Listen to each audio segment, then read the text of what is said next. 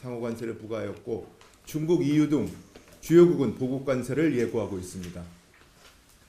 기업이 수출과 생산이 위축되면서 우리 경제의 어려움이 가중될 우려가 커졌습니다.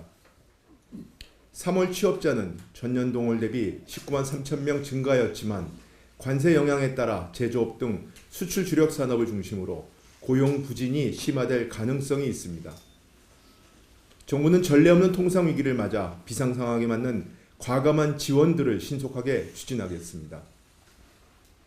이를 위해 통상환경 대응과 산업경쟁력 강화 지원을 포함한 10조 원 규모의 필수 추경안을 곧 발표하겠습니다. 이번 추경은 그 어느 때보다 타이밍이 중요합니다. 국회의 조속한 논의와 처리를 다시 한번 부탁드립니다. 무엇보다도 통상환경 급변에 대응하여 피해 기업을 적기 지원하는 것이 시급한 만큼 관세 대응을 위한 수출 바우처를 1천억 원 이상 증액하고 위기 대응 특별대출 프로그램을 신설합니다. 중소기업 대상 긴급 경영안정 자금도 확대하겠습니다.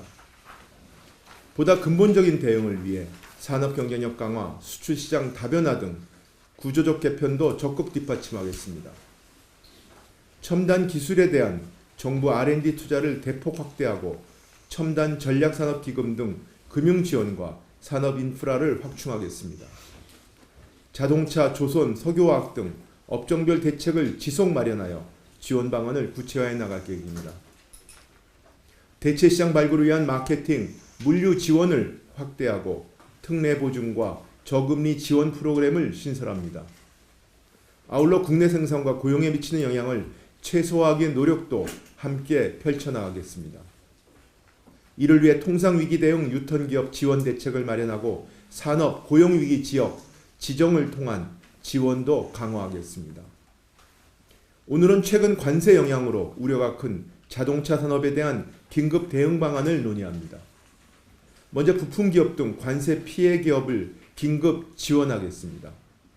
피해 기업에 특별 정책 금융을 2조 원 추가 공급하고 대기업 금융권과 협력해 저금리 대출, 회사채 발행 지원 등 1조 원 규모의 상생 지원 프로그램을 가동할 예정입니다. 수요 충격을 보완하고 투자 지원을 적극 확대하겠습니다. 제조사 할인액과 연계한 전기차 추가 보조금 기한을 연말까지 연장하고 매칭 비율을 최대 80%까지 상향하겠습니다. 자율주행 등 미래차 기술의 국가전략기술 지정을 추진하고 수도권 내 친환경 차체 의장 생산 시설의 조세 특례를 지원합니다. 최근 조선업 기회 요인이 선박수주로 이어질 수 있도록 중형조선사의 RG 발급 확대를 지원하겠습니다. 중형사 RG 발급 기간을 수출입은행 등으로 다변화하고 무역보험 특례 보증 한도를 대폭 높이겠습니다. 중형조선사의 재무구조 개선을 신속히 반영하여 5월 중 구체적인 RG 지원 계획을 마련하겠습니다. 조선사가 유망한 프로젝트를 수주한 경우에는 미래 가치를 반영하여 유연하게 RG를 발급할 계획입니다. 이를 위한 수주 가이드라인을 상반기 중 마련하고 이에 따른 금융기관에는 면책을 지원하겠습니다. 이어서 산업부 장관, 중기부 장관의 말씀이 있겠습니다.